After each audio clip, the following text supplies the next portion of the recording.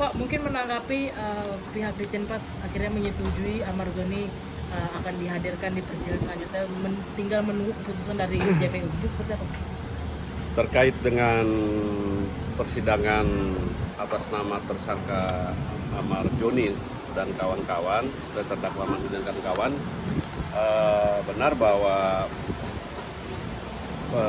penuntut umum sudah menerima penetapan dari majelis hakim untuk dihadirkan yang bersangkutan, karena saat ini yang bersangkutan kan berada di lapas Nusa Kambangan, dan sudah informasi terakhir Dirjen Pas juga sudah menyetujui untuk dihadirkan, untuk mengeluarkan. Yang jelas penuntut umum sudah siap melaksanakan putusan dan penetapan tersebut. Namun demikian untuk saat ini tinggal hanya masalah teknis saja. Teknis bagaimana menghadirkan, tentunya penuntut umum akan melaksanakan berkoordinasi dengan Dirjen Pas mekanisme mengeluarkan, menghadirkan para terdakwa itu. Kan akan dipindahkan ke Lapas Narkotika Jakarta ya Pak? Ya, mungkin nanti akan dibawa ke ditempatkannya di Jakarta, mana? ya. Ditempatkannya akan di mana? Ya, lapas yang memudahkan untuk dihadirkan di pengadilan. Bisa saja, kan ada beberapa lapas di sini, ada Salemba, ada Cipinang, tinggal itu aja. Kemungkinan nggak apa-apa akan dikembalikan lagi ke Cipinang? Itu karena kan itu sebetulnya kan posisinya dia bersangkutan di Nusa Kambangan. Kan dia setelah persidangan dikembalikan lagi ke Nusa Kambangan. Kalau tapi saat ini kan hanya dalam persidangan. Ini kan dihadirkan untuk saat persidangan aja. Pak, ini kan selalu membahas kesulitan yang tinggi untuk memindahkan Amarzoni dari Nusa Kambangan ke Jakarta.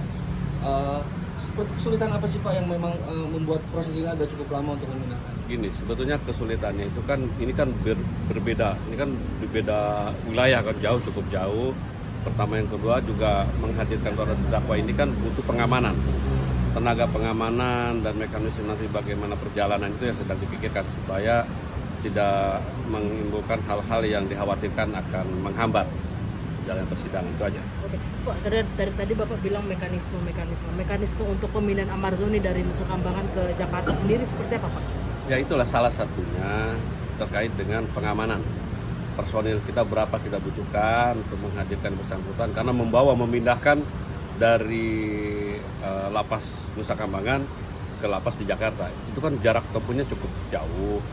Nah, ini kan butuh kendaraan operasional, butuh juga pengamanan yang maksimal untuk keamanan ke depannya, untuk supaya hal-hal yang dikhawatirkan akan menjadi impact negatif bisa diminimalisir.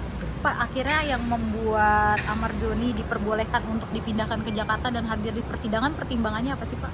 Ya, majelis hakim ingin mendengar langsung dan menghadirkan bahwa yang bersangkutan hadir. Jadi beliau tidak mau ingin dijuk, tapi ingin langsung hadir yang bersangkutan, dimintai keterangan supaya pengadilan ini berjalan dengan fair. Pak, tapi kan apakah penanganannya nanti akan ketat gitu Pak, dan selnya akan dipisahkan sendiri? Ya, sesuai aturan aja.